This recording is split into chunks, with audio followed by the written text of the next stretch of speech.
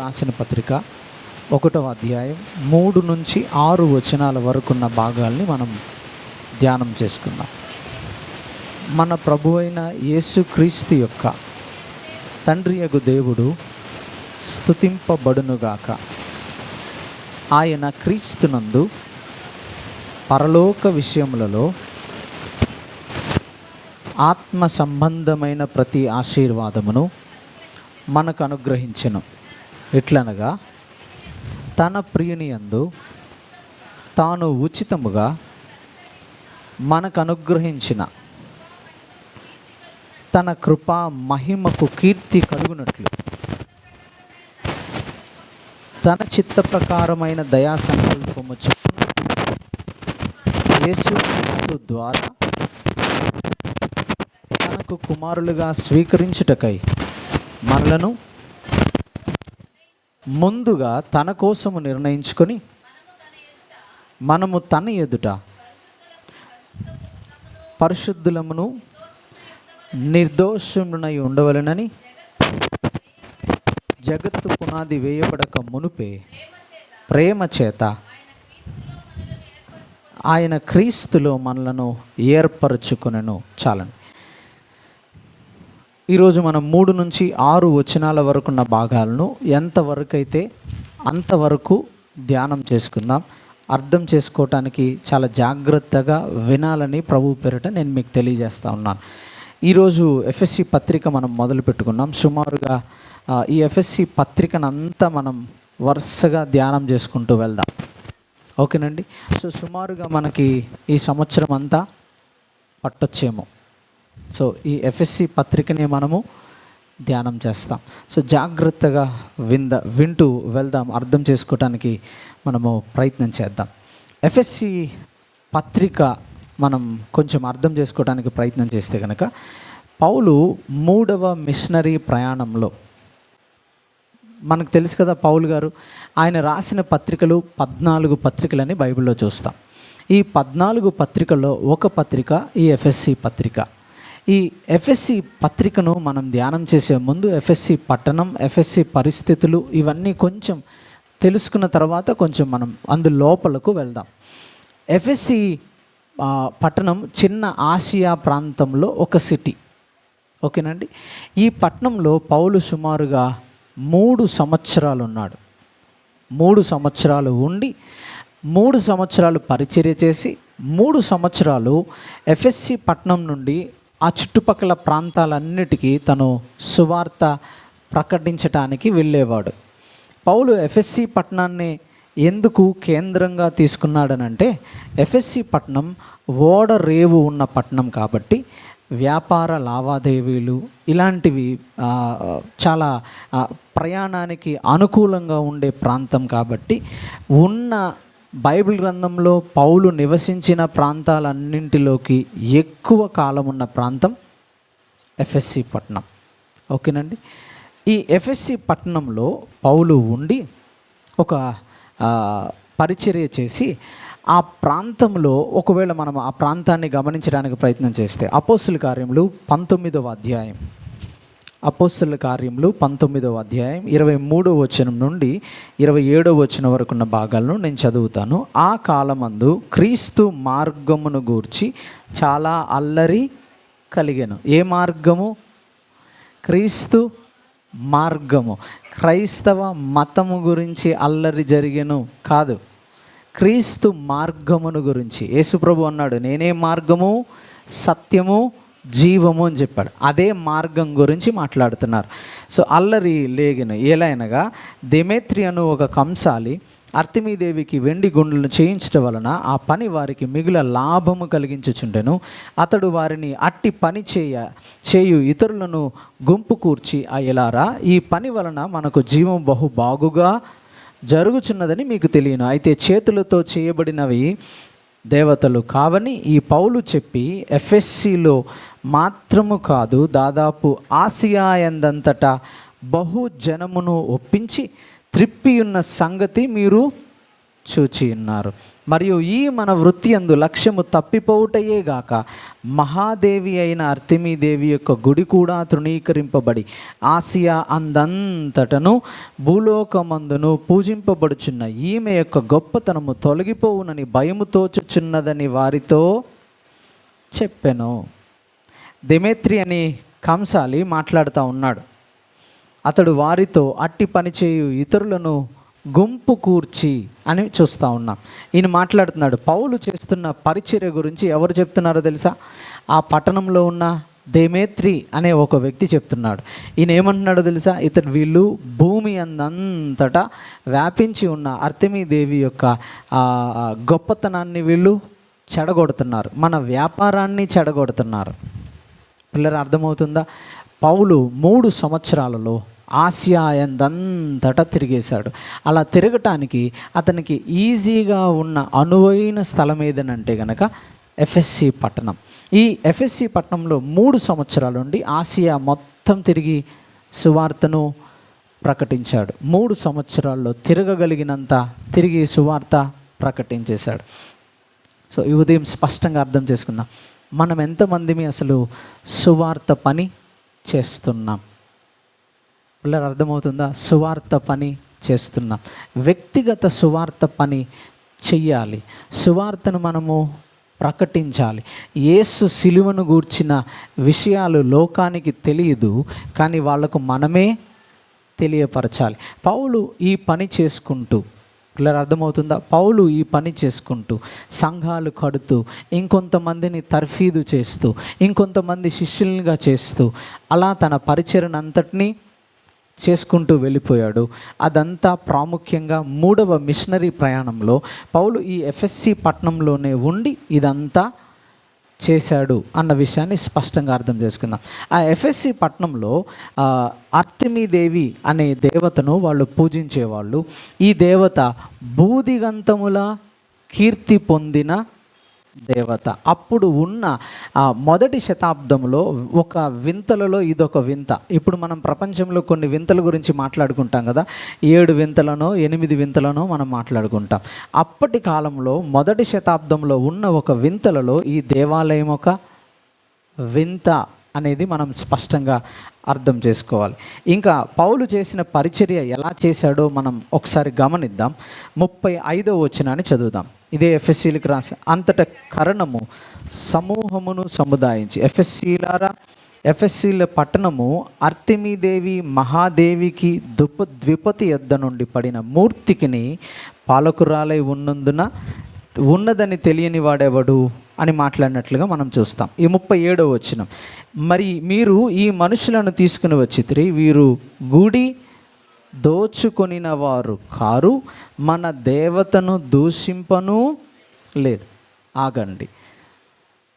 పౌలు చేసిన సువార్త పరిచర్యలో అతి ప్రాముఖ్యమైన విషయం ఏంటో తెలుసా? వీళ్ళు ఏం చేయలేదు, 2 పనులు చేయలేదు. 1, గుళ్ళను దోచుకోలేదు. 2, దేవతను దూషించలేదు. సువార్తలో ఇది చాలా ప్రాముఖ్యం. మనం ఎవరిని దూషించకూడదు. చాలా జాగ్రత్తగా అర్థం చేసుకుందాం. హృదయం నిండిన దాన్ని బట్టి నోరు మాట్లాడుతుంది. లోపల నాకు ఇతర దేవతల పట్ల అర్థమవుతుంది విపరీతమైన ద్వేషం ఉందనుకోండి, నేను సువార్త యేసుని గురించి చెప్తానా, నేను సువార్త వాళ్ళ గురించి మాట్లాడతానా? నేను సువార్త ఎవరి గురించి మాట్లాడాలి? యేసుని గురించి మాట్లాడిందే సువార్త అవుతుంది. ఇక దేని గురించి మాట్లాడింది కూడా సువార్త అవ్వదు. పౌల్ని వాళ్ళు పట్టుకొని చంపేద్దాం అనుకున్నారు, కానీ ఎఫెస్సి పట్టణంలో పౌల్ని ఏమీ చేయలేకపోయారు. కారణం ఏంటో తెలుసా? పౌలు ఎప్పుడు మాట్లాడినా ఒక్క యేసుని గురించే మాట్లాడతాడు. సువార్త చేసే పద్ధతి ఏంటి అని అంటే కనుక, అన్య దేవతల గురించి మనం మాట్లాడటానికి అవకాశమే లేదు. ఒక్క యేసు విమోచన కార్యాన్ని, యేసు దైవత్వాన్ని, యేసు గొప్పతనాన్ని మాత్రమే మనం సువార్తగా చేయాలి. సో ఒకవేళ నేను సువార్త ప్రకటించాలి అనుకుంటున్న వాళ్ళు ఇక్కడ ఎవరైనా ఉంటే, వ్యక్తిగత సువార్త నేను చేయాలి అని అనుకుంటున్నప్పుడు మీరు చేయవలసిన పద్ధతి ఏంటో తెలుసా? యేసునొక్కడిని మీరు చూపించాలి, యేసునొక్కడిని మీరు ప్రకటించాలి. మిగతా ఎవ్వరి గురించి మాట్లాడకూడదు. అందుకే పౌలుని వాళ్ళు ఏం చేయలేకపోయారు. ఆయన వచ్చి అంటున్నాడు, అసలు మన దేవతల్ని దూషించాడా? దూషించలేదుగా, మరి ఎందుకు మీరు ఇట్లా చేస్తున్నారు? సో తీసేసేయండి అన్నాడు. ఎవ్వరు మాట్లాడాల, అందరూ కామ్గా వెళ్ళిపోయారు. అంతకు ముందు జరిగిన విషయాన్ని గమనిస్తే కనుక ఇష్టం వచ్చినట్టు కేకలు పెట్టారు. దగ్గర గంట అరిచారు అని చూస్తాం. కానీ ఆ గంట అరిచిన వాళ్ళు, అందులో కొంతమందికి ఎందుకు అరుస్తున్నారో కూడా తెలియదంట, ఏం జరుగుతుందో కూడా తెలియదంట, కానీ అరిచేశారు. అలాంటి వాళ్ళు కూడా ఏమీ మాట్లాడకుండా వెళ్ళిపోయారు. పిల్లరా, ఏమనుకోకపోతే ఫ్రాంక్గా ఒక మాట చెప్తున్నాను. ఇప్పుడు అఫ్కోర్స్ క్రైస్తవుల మీద హింస ఎప్పుడు ఉంటుంది అనుకోండి. ఇప్పుడు ఎక్కువ ద్వేషం పెరగటానికి కారణం ఏంటో తెలుసా? సువార్త చేసే పద్ధతి తెలియక కొంతమంది అన్య దేవతల్ని దూషించారు. సో దానివల్ల ఇంకొంచెం వ్యతిరేకత ఎక్కువ అవుతుంది. కానీ పౌలు ఏ రోజు అలా సువార్త ప్రకటించలేదు. యేసు ప్రేమను అర్థం చేసుకుందాం, ఆ ప్రేమనే సువార్తగా మనము ప్రకటిద్దాం. ఇలా పౌలు ఎఫెస్సి పట్టణంలో పరిచర్య చేశాడు. ఇప్పుడు ఈ ఎఫెస్సి పట్టణానికి ఒక పత్రిక రాస్తున్నట్లుగా లేఖన భాగాలలో మనం చదువుతున్నాం. అందులో 1-2 వచనాల్లో ఆయన తన్ని పరిచయం చేసుకుంటూ సంఘం గురించి కొన్ని విషయాలు మాట్లాడుతున్నాడు. దేవుని చిత్తము వలన యేసుక్రీస్తు అపోస్తలుడైన పౌలు ఎఫెస్సిలోనున్న పరిశుద్ధులను క్రీస్తు యేసునందు విశ్వాసులైన వారికి శుభమని చెప్పి వ్రాయినది. ఎవరికి రాస్తున్నాడు పౌలు గారు ఈ పత్రిక? ఎవరికి రాస్తున్నాడు? పరిశుద్ధులకును క్రీస్తు యేసునందు విశ్వాసులునైన వారికి అన్న మాటను చదువుతున్నాం. ఇప్పుడు నన్ను చూడాలి. మనమందరం ఎవరం? పరిశుద్ధులము. 2 మనమందరం విశ్వాసులం. అంటే ఈ లోకం మనల్ని గుర్తిస్తున్నది ఎలాగానంటే గనక, లేదా దేవుడు మనల్ని పిలుస్తున్నది ఎలాగానంటే గనక పరిశుద్ధులము, లేదా మనల్ని లోకానికి తెలిసిన పదమేమో మనల్ని వాళ్ళు విశ్వాసులు అని పిలుస్తారు. లేదా మనం కూడా, మీరు విశ్వసించారా యేసును, మీరు విశ్వాసులేనా అనే ఒక పదాన్ని తరచుగా వాడుతూ ఉంటాము. అదే పదాలు వాడుతున్నాడు. వాస్తవానికి ఇక్కడ వాడారు కాబట్టి మనం ఆ పదాల్ని వాడుతున్నాం. కాబట్టి ఇప్పుడు మనం అర్థం చేసుకోవాల్సిన విషయం ఏంటంటే, మనము పరిశుద్ధులము. ఇప్పుడు కొరింథీయులకు రాసిన మొదటి పత్రిక 1వ అధ్యాయము 2వ వచనం చదువుకుందామా? కొరింథీలోనున్న దేవుని సంఘమునకు, అనగా క్రీస్తు యేసునందు పరిశుద్ధ పరచబడిన వారై పరిశుద్ధులుగా ఉండుటకు పిలువబడిన వారికి. సో యేసుక్రీస్తునందున్న వారందరూ పరిశుద్ధులే. అంటే యేసుక్రీస్తు మన పాపముల నిమిత్తం మరణించి సమాధి చేయబడి తిరిగి లేచాడు అని విశ్వసించి, పిల్లలు అర్థమవుతుందా? అని విశ్వసించి అది ఒప్పుకుంటూ తీసుకుంటున్న బాప్తిస్మము ద్వారా అలా ఉన్న వారందరూ ఎవరు? పరిశుద్ధులు అని పిలువబడుతున్నారు. ఎఫెస్సిలో అలా ఉన్న వారందరికీ రాస్తున్నాడు, వాళ్ళని విశ్వాసులు అని చెప్తున్నాడు. ఇప్పుడు మనం అసలు విషయంలోకి వస్తున్నాం. ఏం రాస్తున్నాడో తెలియాలి. పిల్లరా, ఈరోజు జాగ్రత్తగా విందాం. ఇది ఖచ్చితంగా మనకు అర్థం కావాలి. ఇది అర్థము కాక మనము ఆధ్యాత్మిక జీవితంలో చాలా కొరత కలిగి ఉంటున్నామేమో అని నేను అనుకుంటా ఉన్నాను. అర్థం చేసుకుందాం. మన ప్రభువైన 3వ వచనం, యేసుక్రీస్తు యొక్క తండ్రి యగు దేవుడు స్తుతింపబడునుగాక. ఆయన క్రీస్తునందు పరలోక విషయములలో ఆత్మ సంబంధమైన ప్రతి ఆశీర్వాదమును మనకు అనుగ్రహించను. దేవుడు ఏం చేశాడంట? పౌలు తండ్రి అయిన దేవుణ్ణి స్తుతిస్తూ ఉన్నాడు. ఎందుకు స్తుతిస్తున్నాడో చెప్తున్నాడు. ఎందుకు స్తుతిస్తున్నాడనంటే గనక, పరలోక విషయముల్లో ఆత్మ సంబంధమైన ప్రతి ఆశీర్వాదం దేవుడు మనకు ఇచ్చేశాడంట. అంటే ఇంకా మిగిలేమీ లేకుండా ఆశీర్వాదాలన్నీ ఇచ్చేశాడనంట. అవి ఏ విషయంలో? పరలోక విషయంలో. ఒక్క నిమిషం ఆగుదాం. పరలోక విషయంలో అనంటే దేని విషయంలో కాదని అర్థం కావాలి? భూలోక విషయం గురించి అయితే కాదు అని అర్థం కావాలి. 2, ఆత్మ సంబంధమైన ప్రతి ఆశీర్వాదము, ఆత్మ సంబంధమైన ఆశీర్వాదం అని అంటున్నాడు దీన్ని. మరి ఇది ఏది కాదు? శరీర సంబంధమైన ఆశీర్వాదము కాదు అని అర్థం చేసుకోవాలి. అర్థమవుతుందా ప్రియులారా? సో దేవుడు ఏం చేసినా పరలోక విషయముల్లో ఆత్మ సంబంధమైన ఆశీర్వాదాన్నే దేవుడు మనకు ఇస్తున్నాడు. పిల్లరా, ఇక్కడ మాట్లాడుతున్న సబ్జెక్ట్ పూర్తిగా దాని గురించే అని అర్థం చేసుకోవాలి. ఇంతకీ పరలోక విషయంలో ఆత్మ సంబంధమైన ఆశీర్వాదము ఏంటిది? అది పిల్లలు అర్థమవుతుందా? అదేంటో కూడా మనకు తెలియాలి కదా. సో పరలోక విషయంలో ఆత్మ సంబంధమైన ఆశీర్వాదం అని చెప్పాడు, బాగానే ఉంది. కానీ అదేంటో తెలియకపోతే ఎంత మాత్రం ప్రయోజనం లేదు. పిల్లరా, నేను ఒక మాట చెప్పి లోపలికి వెళ్ళాలనుకుంటున్నా.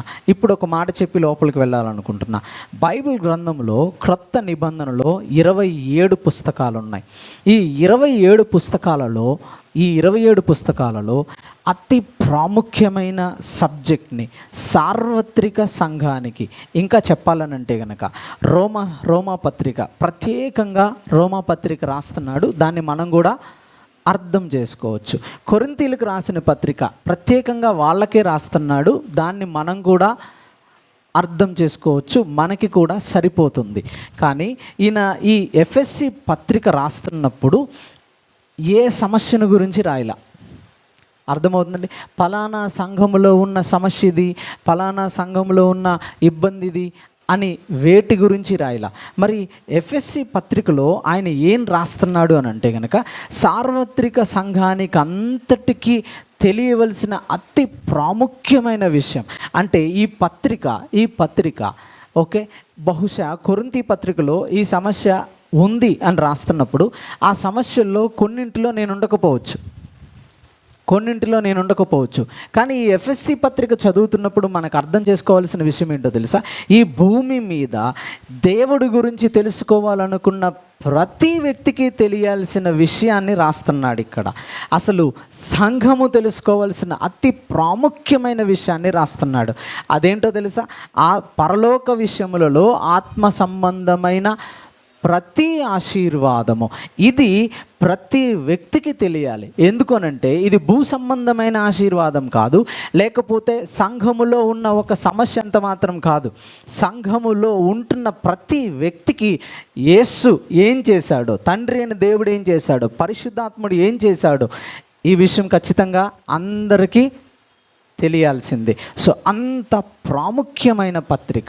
ఒకవేళ ఈ పత్రికే గనక లేకపోతే బైబిల్ గ్రంథంలో దేవుడు మన కోసం ఏం చేశాడో సంఘానికి సరిగా అర్థం కాకపోవచ్చు. సో ఇప్పుడు చదువుదాం 4వ వచనం. ఎట్లనగా అని చదువుతున్నాం. అంటే పరలోక విషయములలో ఆత్మ సంబంధమైన ప్రతి ఆశీర్వాదాన్ని అసలు దేవుడు మనకు ఎలా ఇచ్చాడు? అర్థమవుతుందండి? పరలోక విషయంలో ఆత్మ సంబంధమైన ఆశీర్వాదం ఇచ్చాడు అని చెప్పాడు. అది ఏంటో ఇంకా చెప్పలేదు. కానీ ఇప్పుడు ఏం చెప్పటం మొదలు పెడుతున్నాడు అని అంటే కానీ అసలు అది ఎలా ఇచ్చాడు? అర్థమవుతుంది పిల్లరా? ఎట్లనగా అదేంటో, అది ఎలాగో చెప్పటం మొదలుపెట్టాడు. తన ప్రియుని యందు యేసుక్రీస్తునందు అని అర్థం చేసుకోవాలి. తాను ఉచితముగా మనకు అనుగ్రహించిన తన కృపా మహిమకు కీర్తి కలుగునట్లు ఫ్రీగా ఇచ్చాడంట. ఎలా ఇచ్చాడు? ఫ్రీగా ఇచ్చేశాడంట. ఏంటిదది? ఏమిచ్చాడు ఫ్రీగా? ఆత్మ సంబంధమైన ప్రతి ఆశీర్వాదం. పరలోక విషయంలో ఆత్మ సంబంధమైన ప్రతి ఆశీర్వాదాన్ని దేవుడు మనకు ఉచితంగా ఇచ్చాడు. ఉచితం అన్న మాటకు ఖచ్చితంగా మనకు ఒక విషయం అర్థం కావాలి. పిల్లరా, నేనేదో కష్టపడితే నాకు ఇవ్వాల, నేను దేవుని బతిమలాడుకుంటే నాకు ఇవ్వాల, దానికోసం నేనేదో ప్రయత్నాలు చేసి నేను ఏవేవో త్యాగాలు చేసి ఏవేవో చేస్తే దేవుడు నాకు ఎంత మాత్రము ఇవ్వాల. పిల్లలు అర్థమవుతుందా? అంటే ఉదాహరణకు, ప్రభువా నేను ఏం చేస్తే నాకు ఇది చేస్తావు అనుకుంటాంగా, అప్పుడప్పుడు అనుకుంటాం కదా, లోపల అనుకుంటాం. ఒకటి జరగాలి అని అనుకుంటే నేను ఏం చేస్తే ఇది చేస్తావు అని ఒకవేళ అనుకుంటే గనక అలాంటిది ఏమీ చేయకుండానే ఫ్రీగా దేవుడు మనకిచ్చాడు. దాన్నే ఉచితం అని అన్నారు. అలాంటిది ఏ కష్టము లేకుండా, అసలు నాకు కనీసం దాని గురించిన ఆలోచనే నాకు లేకుండా ఉన్నప్పుడు, అసలు దాని గురించి నాకు తెలియనప్పుడు ఆయన ఇచ్చిన దాన్ని ఫ్రీ అని అంటారు. పిల్లలు అర్థమవుతుందా? మరలంటప్పుడు మనం ఎంత స్వేచ్ఛగా దేవునికి మనల్ని మనం అప్పగించుకోవాలో. మనం అడిగితే ఇచ్చింది కాదు, మనం వెంటాడితే ఇచ్చింది కాదు, మనం దాన్ని సంపాదించుకోవడానికి ఏదో చేస్తే దేవుడు మనకు ఇవ్వాల. అర్థమవుతుందండి? ఏంటిది అని అంటే, పరలోక విషయంలో ఆత్మ సంబంధమైన ప్రతి ఆశీర్వాదం అని చెప్తున్నాడు. ఇప్పుడు నెక్స్ట్ చదువుదాం. ఉచితముగా మనకు అనుగ్రహించిన తన కృపా మహిమకు కీర్తి కలుగునట్లు. ఇంతకీ ఇవన్నీ ఎందుకు చేస్తున్నాడంట? ఏవన్నీ అని అంటే, పరలోక విషయంలో ఆత్మ సంబంధమైన ఆశీర్వాదం గురించి మాట్లాడుతున్నాడు. దాన్ని మనకు ఫ్రీగా ఇచ్చేశాడంట దేవుడు. పిల్లలు చాలా జాగ్రత్తగా అర్థం చేసుకుందాం. ఫ్రీగా ఇచ్చేశాడు. కష్టపడితే దాన్ని ఏమంటారో తెలుసా? కష్టపడిన దానికి ఇచ్చిన దాన్ని ఏమంటారు? జీతం అంటారు. కష్టపడిన దానికి ఇచ్చిన దాన్ని జీతము అని అంటారు. చదువుదామా? రోమీయులకు రాసిన పత్రిక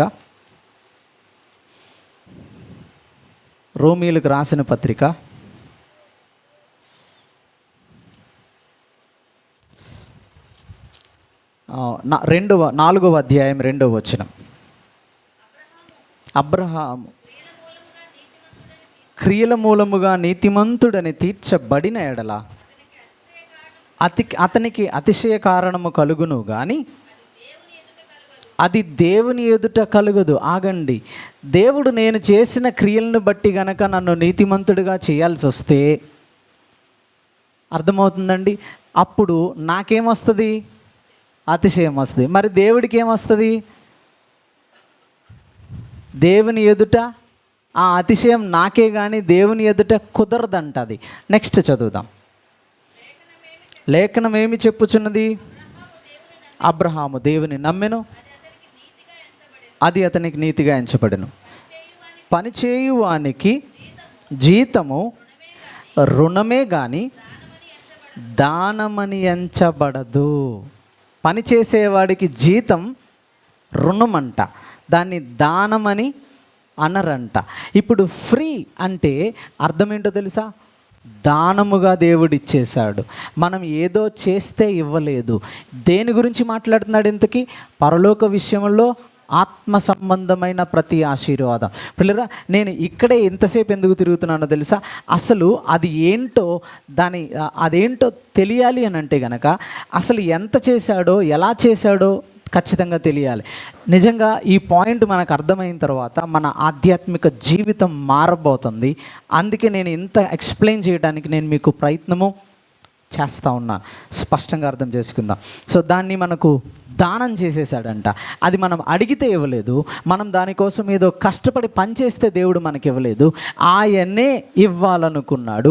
అందుకే ఫ్రీగా దాన్ని దానంగా మనకు ఇచ్చేశాడు అన్న విషయాన్ని స్పష్టంగా లేఖన భాగాల్లో మనం చదువుతూ ఉన్నాం. పిల్లరా, అయితే ఎందుకు ఇచ్చాడంట? తన కృపా మహిమకు కీర్తి కలగాలని. ఆగండి, ఎందుకు ఇచ్చాడు? ఆయన తనకే కీర్తిని మహిమను తెచ్చుకోవాలనుకుంటున్నాడంట. తన మహిమకు తన కృపకు కీర్తి తెచ్చుకోవాలనుకుంటున్నాడంట. పిల్లరా, ఏం చేసినా మనం ఏం చేయాలో తెలుసా? దేవుణ్ణి మహిమపరిచి దేవుణ్ణి కీర్తించే విధంగానే చెయ్యాలి అని మనకు తెలిసిన విషయం. కానీ దేవుడు ఆత్మ సంబంధమైన విషయాలలో, సో పరలోక విషయంలో ఆత్మ సంబంధమైన ప్రతి ఆశీర్వాదాన్ని మనకి ఎందుకు ఇస్తున్నాడో తెలుసా? ఒక్క నిమిషం ఆగుదాం. నేను దేవుణ్ణి అని చెప్పుకోవటానికి ఇస్తున్నాడంట. తన కీర్తిని, తన మహిమను ఆయనే ఘనపరుచుకోవటానికి ఇస్తున్నాడంట. పిల్లలు అర్థమవుతుందా? ఇప్పుడు నేనేం చేయాలో తెలుసా? ఇంకను ఆయన కృపను, ఆయన మహిమను నేను కీర్తిస్తూ ఉండాలి. పిల్లలు అర్థమవుతుందా? ఆయన తన కృపను, ఆయన తన మహిమను కీర్తి చేసుకోవటానికి, లేకపోతే కీర్తి కలుగునట్లు ఆయనే కీర్తి కలగజేసుకుంటున్నాడు. అందుకు పరలోక విషయంలో ఆత్మ సంబంధమైన ఆశీర్వాదాన్ని ఫ్రీగా మనకిచ్చాడంట. ఒక్క నిమిషం ఆగుదాం. దానం చేస్తే పేరు ఎవరికి వస్తుంది? దానం పొందుకున్నవాడికా, దానం ఇచ్చినవాడికా? దానం ఇచ్చినవాడికేగా. దేవుడు ఏమంటున్నాడో తెలుసా? నేను నీకు పరలోక విషయంలో ఆత్మ సంబంధమైన ఆశీర్వాదాన్ని దానంగా ఇస్తున్నాను, ఫ్రీగా ఇస్తున్నాను. ఎందుకో తెలుసా? నా కృపకు, నా మహిమకు కీర్తి నేనే కలుగ చేసుకుంటున్నా. ఇది నా కృప అంటే, ఇదే నా మహిమ అంటే. ఒక నిమిషం ఆగుదాం. దేవుని మహిమ అంటే మనం ఒకవేళ ఏదన్నా అనుకున్నామని అనుకుంటే కనుక అదేంటో ఈరోజు మనకు అర్థమవుతుంది. పిల్లలు అర్థమవుతుందా? దేవుని కృప అని అంటే మీకు ఇప్పటివరకు ఏమన్నా అర్థమైందో లేదో నాకు తెలియదు. ఒకవేళ ఇంతకుముందు మనం వినుంటే గనక డెఫినేషన్స్ వినుంటాం. కృప అని అంటే గనక అర్హత లేని వారికి ఇచ్చేదాన్ని కృప అని అంటారని వింటున్నాం కదా. అసలు అదేంటో, దాని నిజస్వరూపం ఏంటో ఈరోజు మనం ఖచ్చితంగా దాన్ని చూద్దాం. పిల్లలు, ఆయన కృప అంటే ఏంటో, ఆయన మహిమ అంటే ఏంటో స్పష్టంగా ఈరోజు చూద్దాం. అవి చూపించుకోవటానికి, అవి ఘనపరుచుకోవటానికే దేవుడు ఇదంతా చేశాను అని చెప్తున్నాడు. ఇప్పుడు నెక్స్ట్ పాయింట్ చదువుదాం. తన చిత్త ప్రకారమైన దయా సంకల్పము చెప్పున. ఇది ఎవరి చిత్తం అంట? దేవుని చిత్తం. చిత్తము అంటే ఒక మాట మీరు అక్కడ యాడ్ చేసుకోవాలి. ఇష్టం. ఇది దేవునికి ఇష్టమైంది. ఆయన తన ఇష్ట ప్రకారమే చేశాడు, కానీ ఇందులో మన ఇష్టం ఎంత మాత్రం లేదు. చాలా సందర్భాల్లో నాకు ఇది ఇష్టం అని చెప్తాం. అసలు మనకు అది ఏంటో తెలియనప్పుడు దాని గురించి మనకి ఇష్టం ఎలా ఉంటుంది అసలు? పిల్లలు అర్థమవుతుందా? కానీ దేవుడు ఇష్టపడ్డాడంట, అది దేవుని ఇష్టమైందంట. ఏది అని అంటే కనుక పరలోక విషయంలో ఆత్మ సంబంధమైన ప్రతి ఆశీర్వాదం మనకు ఫ్రీగా ఇచ్చేయటానికి ఆయనకు ఇష్టమైందంట. పిల్లలు అర్థమవుతుంది? ఆయనకే ఇష్టమైందంట. అందుకే దానికి మన కష్టాన్ని, మన పనిని ఏమీ ఆయన చూడలేదు, ఫ్రీగా దాన్ని దానం చేసేసాడు మనకు అని చూస్తూ ఉన్నాం. పిల్లలు, ఇప్పుడు పాయింట్కి వస్తున్నాం. దయా సంకల్పము చొప్పున యేసుక్రీస్తు ద్వారా తనకు కుమారులనుగా స్వీకరించుటకై. ఇంతకీ పాయింట్ ఏంటో తెలుసా? దేవుడు మనల్ని ఏం చేయాలనుకుంటున్నాడో తెలుసా? కుమారులుగా స్వీకరించాలనుకుంటున్నాడు. ఈ పదంలో ఏముంది అర్థమవుతుందండి? ఇప్పుడు నేను చెప్పడానికి ప్రయత్నం చేస్తున్నాను. యేసుక్రీస్తు ద్వారా తనకు కుమారులుగా స్వీకరించుటకై అన్న పదాన్ని చూస్తున్నాం. ఇదంతా ఎవరి ద్వారా చేస్తున్నాడో తెలుసా? దేవుడు యేసుక్రీస్తు ద్వారా చేస్తున్నాడు. బ్రదర్, యేసుక్రీస్తు సిలువలో పలికిన 7 మాటలు మనకు గుర్తున్నాయి కదా. మొట్టమొదటి మాట ఏంటో చెప్తారా? తండ్రి, వీరు ఏమి చేయుచున్నారో వీరు ఎరుగరు గనుక. 4వ మాట చెప్తారా? నా దేవా నా దేవా నన్నెందుకు. ఈ రెండు మాటల్లో ఒక పదం డిఫరెన్స్ ఉంది. మొదటి మాటలో ఆయన తండ్రి అని సంబోధిస్తున్నాడు. 2వ మాటలో ఆయన ఏమని పిలుస్తున్నాడు? నా దేవా నా దేవా. యేసుక్రీస్తు పరలోకంలో ఉన్న దేవుణ్ణి నా దేవా నా దేవా అని పిలిచిన సందర్భం ఒక్కసారి. అది ఆయన సిలువలో 4వ మాట పలికేటప్పుడు. అప్పుడు ఏం జరుగుతుంది అని అంటే గనక పరలోకంలో ఉన్న తండ్రి యొక్క చేతిని యేసుక్రీస్తు విడిచిపెట్టాల్సిన పరిస్థితి, లేదా పరలోకంలో ఉన్న తండ్రి యేసుక్రీస్తు యొక్క చెయ్యిని విడిచిపెట్టాల్సిన పరిస్థితి. అప్పుడు మాత్రమే యేసుక్రీస్తు ఏమని పిలుస్తున్నారు? నా దేవా నా దేవా అని. కానీ ఎప్పుడు యేసుక్రీస్తు ప్రార్థన చేస్తే ఆయన ఎలా ప్రార్థన చేస్తారో తెలుసా? తండ్రి అని ప్రార్థన చేస్తారు. పిల్లలు అర్థమవుతుందా? తండ్రి అని ప్రార్థన చేస్తారు. ఇప్పుడు ఈ సంబంధాన్ని యేసు ప్రభు మొట్టమొదటిసారి ఎక్కడ పరిచయం చేస్తున్నారో నేను మీకు చూపించాలనుకుంటున్నాను. మత్తయి సువార్త 5వ అధ్యాయము 16వ వచనం చదువుతాం. మత్తయి సువార్త 5వ అధ్యాయము 16వ వచనం. మనుష్యులు మీ సత్క్రియలను చూచి పరలోకమందున్న మీ తండ్రిని. చాలండి, పరలోకంలో ఉన్నది ఎవరని చెప్తున్నాడు? మీ తండ్రి అని చెప్తున్నాడు. ఇప్పుడు నన్ను చూడాలి పిల్లలు, మీకు ఈ విషయం అర్థం కావటానికి నన్ను చూడాలి. యేసుక్రీస్తు ఎప్పుడైతే ఈ మాట పలికారో ఒక్కసారిగా అందరి గుండెలు ఆగిపోయి ఉండాలి. పిల్లలు అర్థమవుతుందా? ఎందుకో తెలుసా? అప్పటి వరకు వాళ్ళ దేవుణ్ణి ఏమని పిలిచేవాళ్ళో తెలుసా? దేవా అని పిలిచేవారు. అప్పటి వరకు వారు తండ్రి అన్న మాట పిలిచేవారు కాదు. ఆ మాటకొస్తే యూదులు దేవుణ్ణి దేవా అని పిలవటానికి కూడా భయపడతారు. ఎందుకనంటే 10 ఆజ్ఞలలో ఒక ఆజ్ఞ ఆయన నామాన్ని వ్యర్థముగా ఉచ్చరించకూడదు. కాబట్టి వాళ్ళు దాన్ని ఎలా అర్థం చేసుకున్నారనంటే కనుక అసలు మనం దేవుని నామాన్నే పూర్తిగా ఉచ్చరించకూడదు, ఉచ్చరించాలి అని అంటేనే మనకు భయం వేయాలి అన్న ఆలోచనతో యూదులు ఎప్పుడు దేవా అని మాట్లాడరు. ఇంకా చెప్పాలనంటే కనుక చిన్న చిన్న పిల్లలు ఉన్నారు కదా, వీళ్ళందరినీ మనం దీవించాలనుకోండి, దేవుడు నిన్ను దీవించునుగాక అంటాం. ఇంకా మనలో మనం కూడా కొన్నిసార్లు ఏం మాట్లాడుకుంటాం, ఒకసారి దేవుడు నిన్ను దీవించునుగాక అని మాట్లాడతాం. కానీ వాళ్ళేం మాట్లాడతారో తెలుసా? పరలోకము నిన్ను దీవించునుగాక అని మాట్లాడతారు. ఎందుకో ఆ మాట మాట్లాడతారో తెలుసా? దేవా ప్లేస్లో వాళ్ళు పరలోకం పెడతారు. ఎందుకంటే వాళ్ళకి భయం. దేవుడు అనే పదాన్ని పిలవాలన్నా కానీ వాళ్ళకు భయం. పిల్లలు అర్థమవుతుందా? అంత భయం ఉండేది ఇశ్రాయేలు ప్రజలకు ఆ పదాన్ని పలకాలన్నా. కానీ సడన్గా యేసుక్రీస్తు వచ్చి ఏమని పిలవమని చెప్తున్నారో తెలుసా? వీళ్ళు ఇప్పటి వరకు దేవుడు అని పిలవటానికే భయపడుతుంటే అలాంటి వారికి ఆయన ఫస్ట్ టైం వచ్చి పరిచయం చేస్తున్న పదం ఏంటో తెలుసా? పరలోకమందున్న మీ తండ్రి, మీ దేవుడు అని అనలా, పరలోకమందున్న మీ తండ్రి అని పరిచయం చేస్తూ ఉన్నాడు. స్టన్ అయిపోయి ఉంటారు వాళ్ళందరూ. ఇప్పటి వరకు మేము దేవుడు దేవుడు అని పిలుస్తున్నాము కదా, అలాంటి ఆయన్ని నువ్వు వచ్చి సడన్గా తండ్రి అని ఎలా పిలవమంటున్నావు అని అంటే కనుక పిల్లరా, ఎఫ్ఎస్సి పత్రికలో దానికి సమాధానం చెప్తున్నాడు. యేసుక్రీస్తు ద్వారా మనం ఏమయ్యాము? ఆయనకు కుమారులమయ్యాము. పిల్లరా, ఆ విషయం ఎవరికి కూడా తెలుసు? ఆ విషయం యేసుక్రీస్తుకు కూడా తెలుసు. ఆయన మనల్ని తండ్రికి కుమారులుగా చేయటానికే యేసుక్రీస్తు కూడా ఈ లోకానికి వచ్చాడు. ఎందుకనంటే పరలోక విషయంలో ఆత్మ సంబంధమైన ప్రతి ఆశీర్వాదాన్ని మనకు ఇవ్వాలని ఎవరనుకున్నారు? దేవుడు అనుకున్నాడు. ఉచితంగా ఇవ్వాలనుకున్నాడు. అలాంటప్పుడు ఈ దేవుళ్ళు త్రిత్వంలో ఉన్న క్రీస్తుకి ఈ విషయం తెలియదా అంటే తెలుసు. అందుకే ఆయన భూమి మీదకు వచ్చి ఆయన పరిచర్య చేయటం మొదలుపెట్టిన తర్వాత ఆయన కొండ మీద ప్రసంగం చెప్తున్నప్పుడే ఆయన ఈ పదాన్ని, ఈ సంబంధాన్ని పరిచయం చేసేసాడు. అయ్యో, ఇక మీదట మీరు పరలోకంలో ఉన్న దేవుణ్ణి ఏమని పిలవాలో తెలుసా?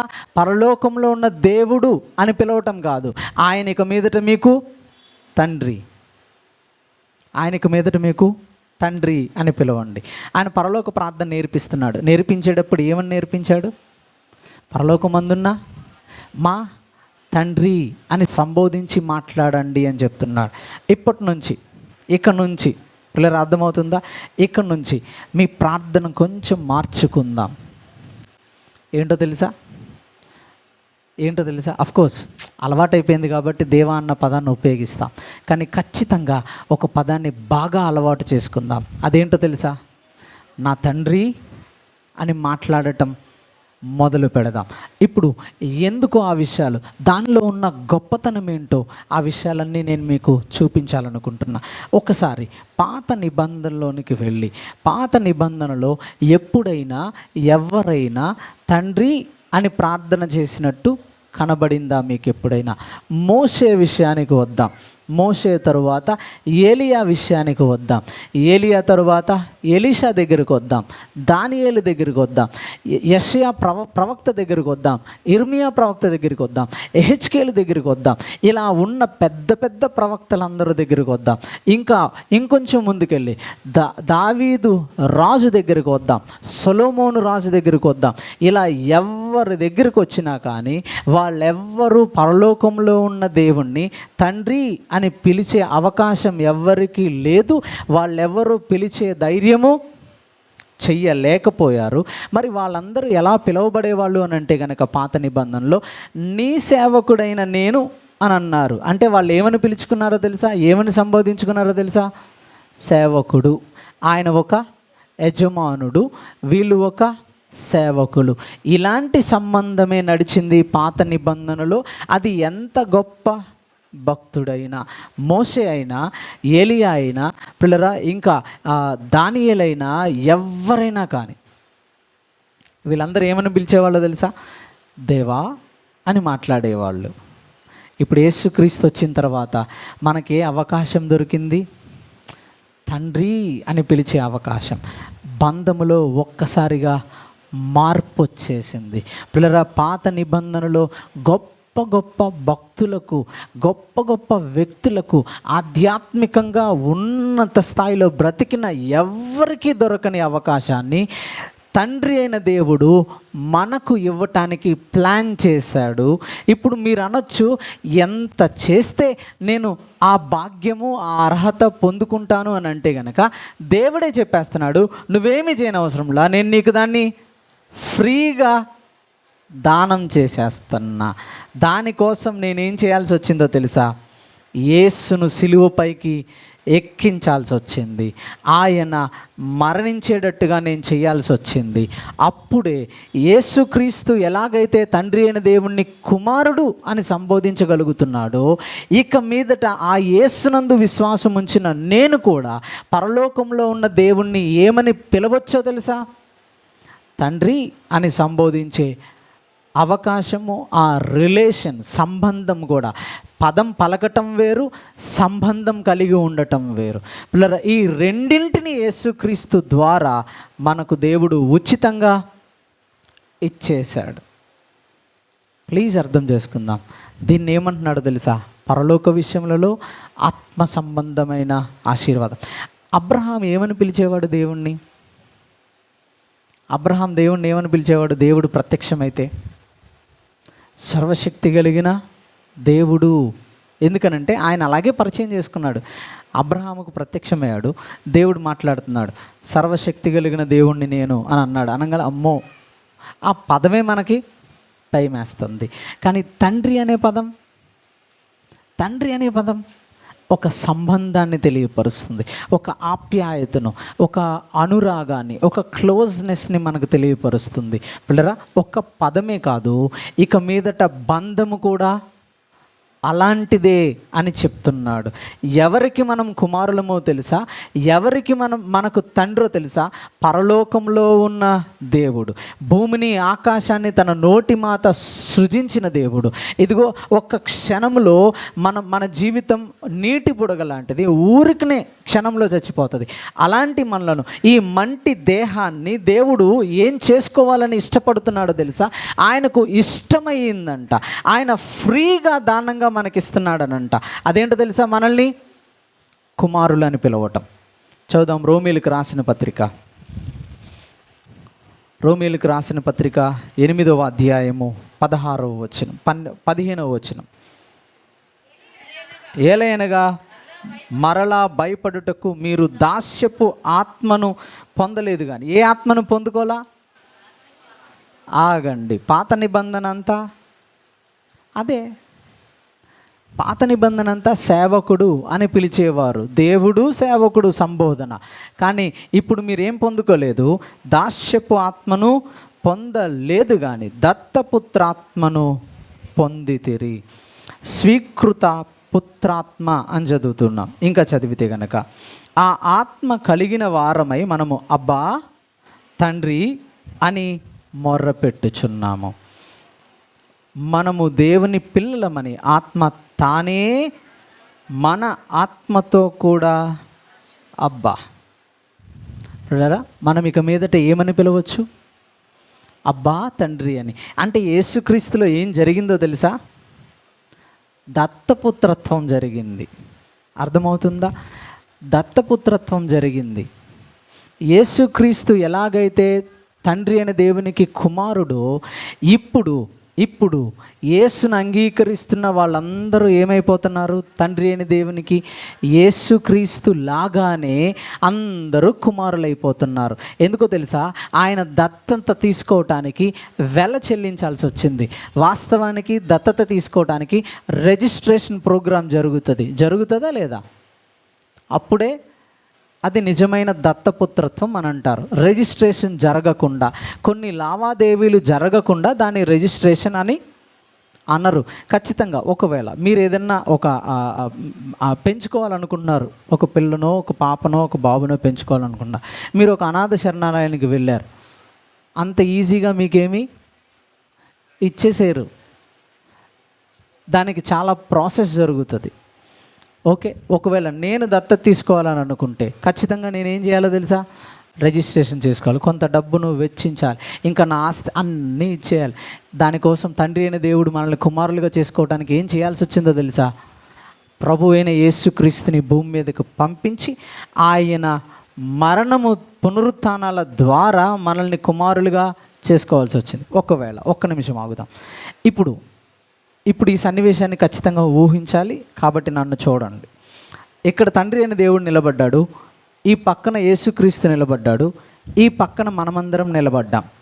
ఇప్పుడు మనలో ఎవరో ఒకళ్ళు ప్రశ్న అడిగారు, ప్రభువా నీకు యేసు అంటే ఇష్టమా, నీకు మేమంటే ఇష్టమా? ఇప్పుడు తండ్రి అయిన దేవుడు ఏమంటాడో తెలుసా? క్వశ్చనే రాంగ్ అంటాడు. అర్థమవుతుందా? మీ ప్రశ్నే తప్పు అని అంటాడు. ఎందుకో తెలుసా? మీ ఇద్దరు ఇటు వచ్చేయండి అని అంటాడు. ఇద్దరిని కలిపి ఆ మాటకు వస్తే విడివిడిగా ఉంచినా కానీ యేసు అంటే నాకెంత ప్రేమో, ఇప్పుడు ఆయన ద్వారా నేను మిమ్మల్ని కూడా దత్తపుత్రులుగా చేసేసుకున్నాను.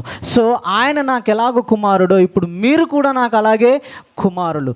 కాబట్టి నేను అందరినీ సమానంగా ప్రేమిస్తున్నాను. ఎందుకనంటే మీరందరూ నా కుమారులే. ఎందుకో తెలుసా?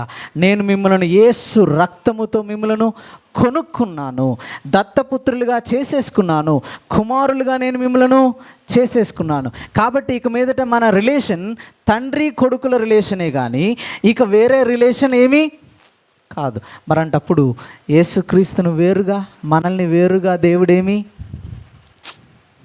ఏం ప్రేమ ఇది!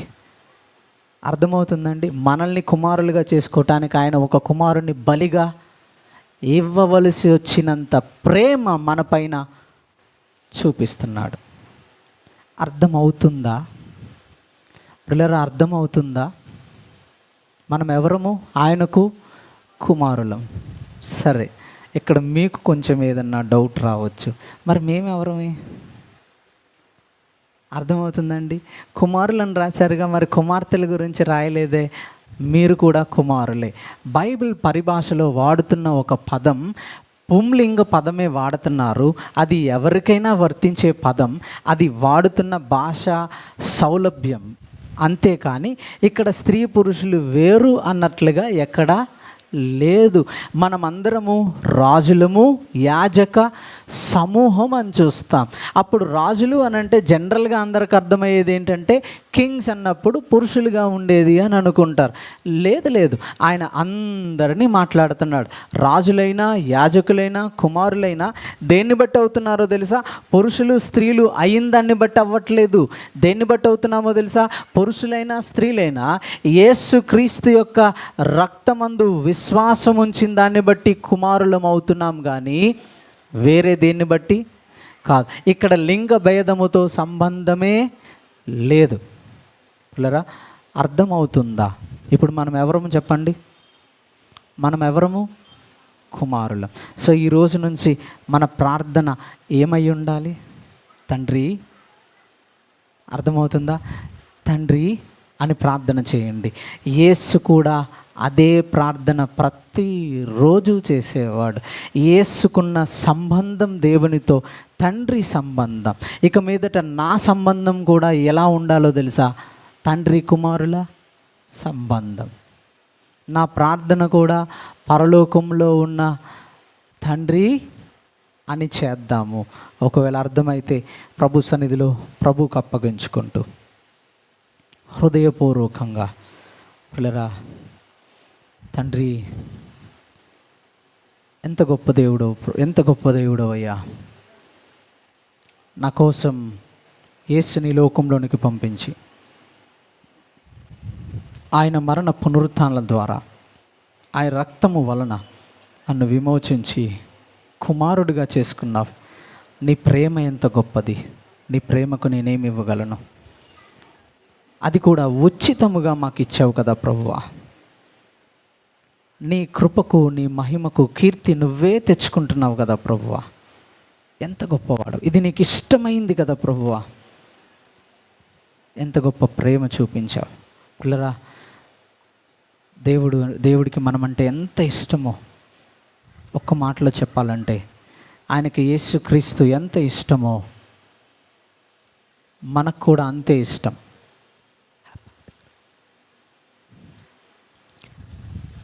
యేసుక్రీస్తు అంటే దేవునికి ఎంత ఇష్టమో మనమంటే కూడా ఆయనకు అంతే ఇష్టం. సంగమా, అర్థమైతే ఇక నుంచి మనము కుమారులముగా, ఆయన తండ్రిగా ఒక ఉత్తమమైన సంబంధాన్ని, ఒక గొప్ప సంబంధాన్ని మొదలు పెడదాం. ఈ రోజు నుంచి ఎక్కువగా ఆయనను తండ్రి అని సంబోధిస్తూ ఆయనకు కుమారులముగా బ్రతుకుదాం. ప్రభువా, నీకే వందనాలు, నీకే స్తుతులు, స్తోత్రం తెలియజేస్తున్నాం. ఈ ఉదయం ప్రభువా, నీ లేఖనాల నుంచి మీరు మాతో మాట్లాడిన ప్రతి శ్రేష్టమైన మాటను బట్టి నీకే వందనాలు తెలియజేస్తున్నాం. ఇంకను ప్రభువా, నీ లేఖనాల్లో నుంచి నీవు మా పట్ల కలిగి ఉన్న ప్రణాళికలు ఏంటో ప్రభువా, మేము నిన్ను ఎలా ఆరాధించాలో, మేము నీకు ఎలా అప్పగించుకోవాలో, నీతో ఎలాంటి సంబంధం కలిగి బ్రతకాలో మాకు ఇంకను అనేకమైన విషయాలు నేర్పించమని మమ్మల్ని అందరినీ మీ చేతిలోనికి అప్పగించుకుంటూ యేసు పరిశుద్ధ నామంలో అడిగి వేడుకుంటూ ఉన్నాము తండ్రి. ఆమేన్.